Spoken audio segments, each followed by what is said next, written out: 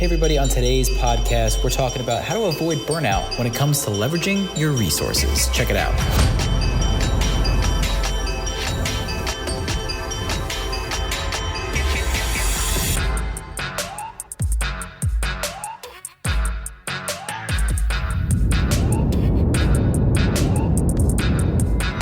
Full episodes of the Contractor Growth Network podcast are available now on YouTube and all major podcast platforms.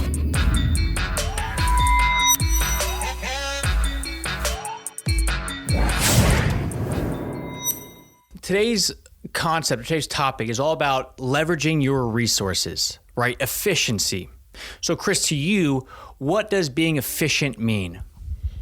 Being efficient means being smart enough, being savvy enough, being responsible enough to recognize what things you're good at, what things you're not good at, and leveraging the things around you.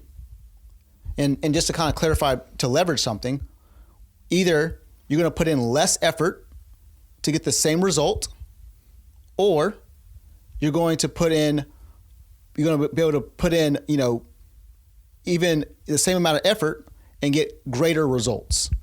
So I'm either going to put in less effort to get the same results, or I'm going to put the same amount of effort and get greater results. Okay. And the reason that we're talking about this is because burnout is very real. And let me give it another example of efficiency and leveraging your resources. So yesterday, at the time of this recording, I walked in on Chris doing a role play. That sounds bad in itself. Like I walked in on Chris role playing.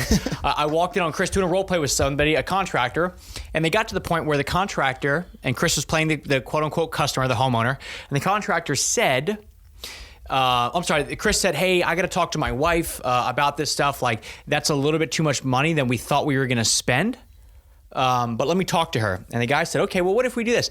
Let me text you over some pictures of some of the projects that we can do and show them to her. Well, they were talking about like a $20,000 patio.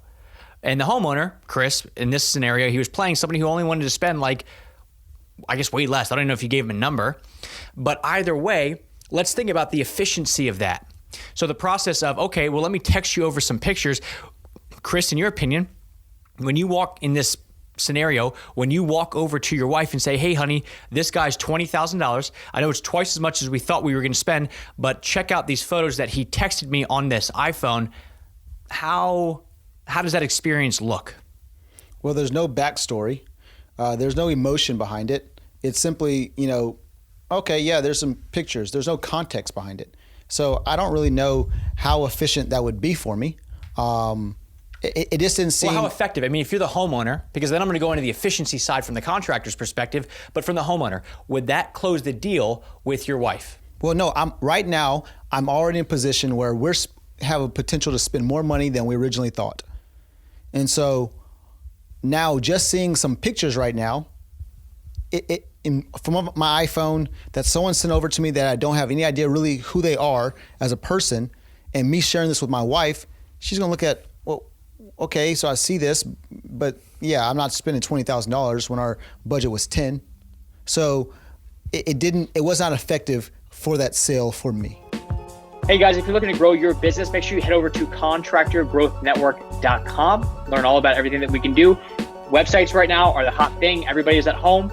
Get on it because this is the new way that people are buying today. contractorgrowthnetwork.com. Okay, which if you think about it, this is probably pretty common. How effective do you think it is for anybody? I know you're doing a sales role play in this case, but in the real world, if a contractor said, I'm twice as much money as you want to spend, and it's because you're paying for quality and you're paying for the experience and all this and that, and then when they say, okay, we'll prove it, and you say, okay, great, let me text you over a couple of pictures of some projects that we've done, how much does that back up the fact that, hey, this person is worth twice as much? I don't see it. At all. I don't see it at all. At all.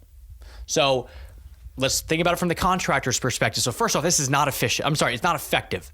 So it's already not going to work. But let's think about it from the contractor's perspective, right?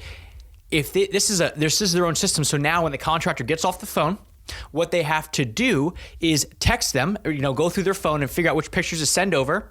So now they got to text them. Then they have to remember to follow back up.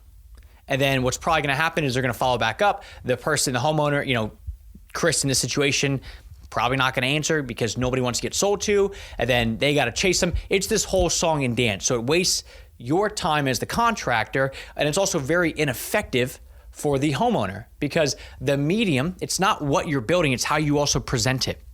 Right, Chris? Walk me through the difference. You just went house hunting this past weekend. Walk me through the difference of when you walk into a home that is staged versus not staged. And how do you feel when it comes to buying a home?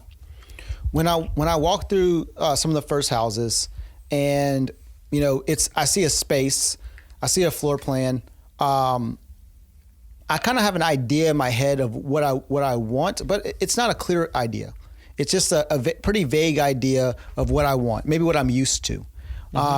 And so I'm going through these spaces, and I don't know if you've ever done this, but like if you look at a room that's completely cleared out, I feel like that room looks a lot smaller. It's tiny, right? It looks so much smaller, right? But when I walked through a house that was staged, had a bed in it, had a couch in it, had the ability to see that kitchen and that living room area all in one space, that huge open floor plan with the TV there, with the pictures there. I can see a family there. It set a mood for me. Right. I don't know if that's too crazy to think about, but it set a mood for me. I felt like I can see myself in this situation. I can see myself in this space. When I saw a bed in a room, it wasn't just up to my imagination to try to put my own furniture in there. Right. I got to see examples of exactly what this could be for me. So when I looked through it, the houses that didn't have anything in them, I was like, okay, well, maybe. But the house we didn't go forward with this house. So we actually got a new build, and that was very much through the renderings and things like that. We get to see exactly what we kind of expect for a house. We're thinking that if we're going to, stay here for some time, or if we're going to sell, a new build was the best thing for us. Right. But I still talk to Megan about this situation right now. Like that house that was staged, I'm like, I really wish we'd have got that house. Like, I'm not like regretting our new build situation, but I felt enough emotion there because when I went outside, I saw chairs at the back patio. I saw the pergola. I've never wanted a pergola in my life. I have no idea what a pergola is even used for. Right. It's legitimately, it's not even enclosed. It doesn't block any rain, any elements. It's just there. It's just there. But I saw myself there, and I talked to Megan all the time. Like, dang, we should have got a pergola.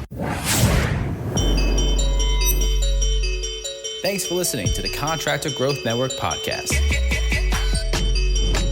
If you want to learn more about pre-qualified leads, fewer objections, and higher profits, join our Facebook group, Common Sense Contracting, and spend more time with your family and not with these tire kickers.